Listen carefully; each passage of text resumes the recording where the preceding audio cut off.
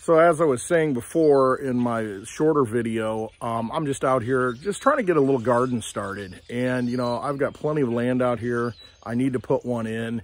I just haven't done it. And why haven't I done it? I've got the resources to do it, but I haven't really done it.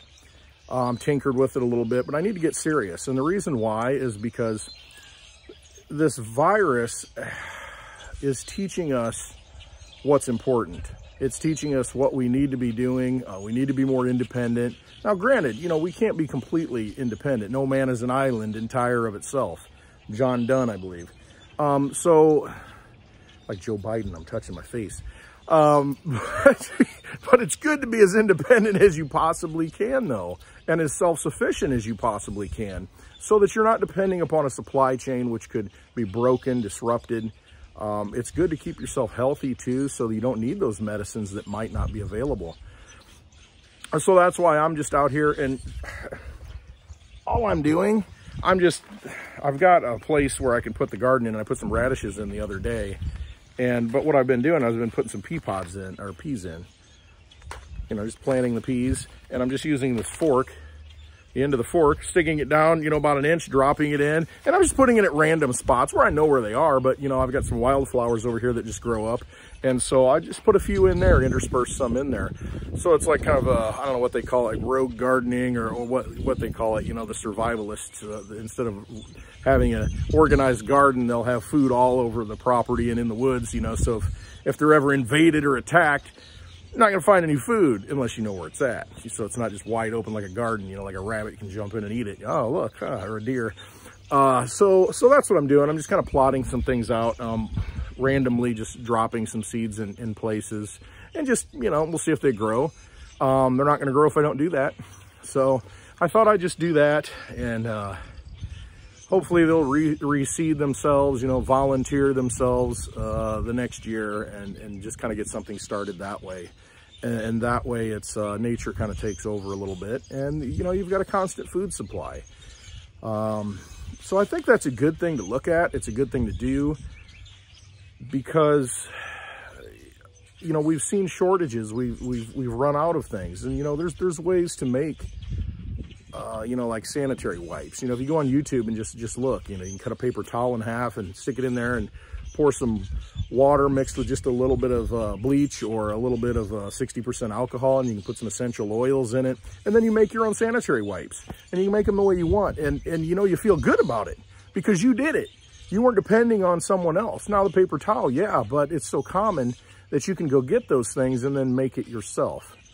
So I think if we refocus ourselves, or we focus on what really matters, use this as an opportunity, this quarantine, this shutdown, and think about those things that we can do to help ourselves, rather than being dependent upon institutions, dependent upon supply chains that are worldwide, and you know, boats have to go back and forth, trucks have to run. But if you can be self-sufficient as much as possible, you don't have to go anywhere. You don't have to go buy that pepper in the store and pay $2 sometimes for one pepper. You can have a whole plant and have it fresh, and have those nutrients live right there as you pick it and eat it. I mean, that's for your immune system right there alone does wonders.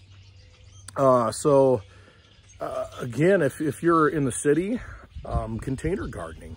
I saw some great things that are like hydroponic, you know, little hydroponic things, you know, that you can get online. Amazon sells them, and, you know, you can grow vegetables in this little space, and, you know, they got the grow lights right above it. So, you know, there's ways to, and we're getting stimulus checks, so you can go order some if you don't have the money, you know, which is absolutely insane. And it kind of shows you where we're at in this economic system. It shows you that we are at a point where it's running off the rails, and they're just going to run the engine hot.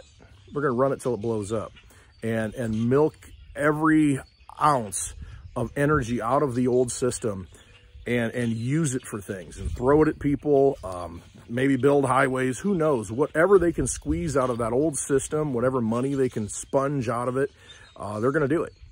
And it's, I don't know how it ends. but it either collapses or we transition into a new system, you know. So we've got a bankruptcy artist in chief. So if anybody can navigate us through, you know, the bankruptcy of the old system into the new system, this is probably the guy who can do it. But boy, as you see right now, there are going to be issues. It's going to be turbulent. It's going to be a little rocky. And so let's prepare ourselves for that. And you can do that by growing your own food. Economically, you know, if you get a stimulus check, just maybe think about throwing a little bit into cryptocurrency, because in the bill that did not pass, in one of the formulations that came out of the House, I think, Finance Committee, had language in there about a digital dollar. So they're thinking about that because it will make it very easy to airdrop money to people if you've got a digital wallet and they can give you digital dollars. So the thinking is there. They are going to do it because it's a frictionless system. It's very easy for them to move money around and dump money and give you goodies. And it's just more efficient for them. And so they will move to that as a government, and all governments will do that. So get ahead of the curve. You know, they're going to throw you whatever currency, digital currency that they want. Well, that's just going to bolster the ones that already exist and have been around for a long time. You think of Bitcoin, you think of Litecoin, you think of DigiByte. Litecoin, for instance, I'm a big fan of Litecoin. That network of computers, all voluntarily running that code and validating transactions, has been running for over 8 years, about 8.5 years now, without interruption. You can send value from one person to another around the world. No one can stop you from doing that. You can do that from your phone. You can do that from a computer, but you can pick your phone up, boom, and send it to someone, and around the world in seconds they have it. You're not waiting for wire transfers. You're not paying wire transfer fees. It's fractions of pennies to send millions of dollars. I'll make maybe a couple pennies to send millions of dollars, but very little. It really doesn't matter. It's just the transaction cost of the computing power to send that transaction over the Litecoin network. Take a look at that. Look at Litecoin. I'll put a link to go to litecoin.org and find out what digital currency is. And cryptocurrency, it's encrypted. It's something that's not hacked. It's outside of government control. It's the people's money. So look into that, and if you start getting digital dollars deposited into your account, we'll take a few of those and get it into some Litecoin, get it into some DigiByte. I mean, look into these different cryptocurrencies and do your research. I think you'll be better off because these have been around for a long time. Like I said, in the case of Litecoin, over 8 years. 8 years, never been closed. Network has never gone down. So it's a way to, again, free ourselves, become more independent outside of the current institutionalized systems. And it's just good for your soul. It's good for humanity to do these kinds of things. It's just like getting out here, even though it's sprinkling right now and it's about to rain. But if you just listen, instead of listening to me, just listen.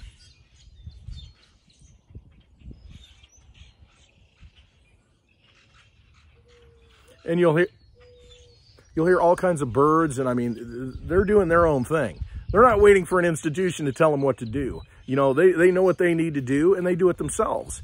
And it's a joy to be a part of nature and watch how nature works, rather than, you know, being in front of the screen, probably like you are now, obviously. But just to take the time to see what real life is all about, rather than being told from the top down, this is what's happening. Go out and experience it. And it does something for you. It refreshes your spirit and, you know, gets you connected to the source, to where we all came from. So that's a good thing. But look into digital money, look into the real digital money, cryptocurrencies, look into Litecoin. And, you know, you can get a little bit. And right now you can get a whole Litecoin for $40. One Litecoin, the maximum that can ever be created is 84 million. And you do the math on the current bill that I don't know if it's passed yet and the president signed it yet, but they're talking $6 trillion. $6 trillion that the Congress is going to create out of nothing. $2 trillion to just dump on small businesses and send checks to people, and then $4 trillion to sit on the sidelines, which they're going to use. It's emergency funds for later. They will use it. But that $6 trillion, you take the population of the United States at 350 million, let's say. It's probably an overshot. Let's say 350 million. 6 trillion divided by 350 million is over $17,000 a person. Everybody in the United States, $17,000. And then you look at Litecoin, there's only 84 million Litecoin that ever can exist. And so that in the US, that ends up being something like every person can have I don't know what the math is, 0.1 Litecoin maybe it's 0.01. But do the math, 350 million divided by 84. And so 84 million, maybe I was thinking the world, maybe it's like 0.04 or something. But doesn't matter. If you have one Litecoin, you're way ahead of the game. And that's just the United States numbers. There's 7 billion people in the world. I mean, you know, they're dumping checks and money and printing it up and digifying it.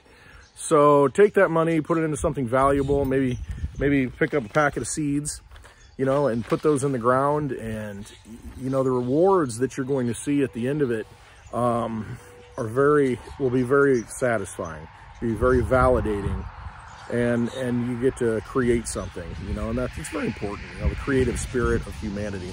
So look into putting a few things in the ground, and look into some cryptocurrencies. And I think at the end of this process, as we go through this current storm that we're in and it's over, then you'll look back and say, wow, I'm glad I had some lifeboats. I'm glad I grabbed a few of those, you know, even if it's a canoe or a blow up raft, you know, whatever it is, even if it's a piece of driftwood, get something, you know, just get a little something to keep you afloat through this. And then afterwards, I think you'll be very satisfied. And I think it would be a good thing. So I've rambled long enough. Might be starting to rain again, so I better get in the house.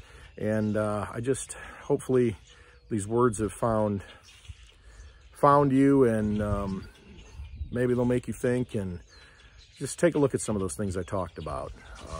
You know, we as people, we as humanity, we have to take the step.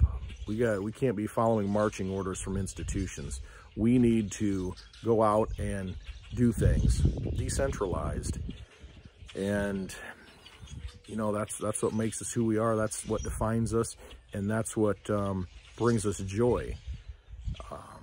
And even if it's painful, through that pain, we learn so much about ourselves. And it's everything happens for a reason. So no coincidences. I hope you all have a great day. I love you all. And enjoy the singing of the birds.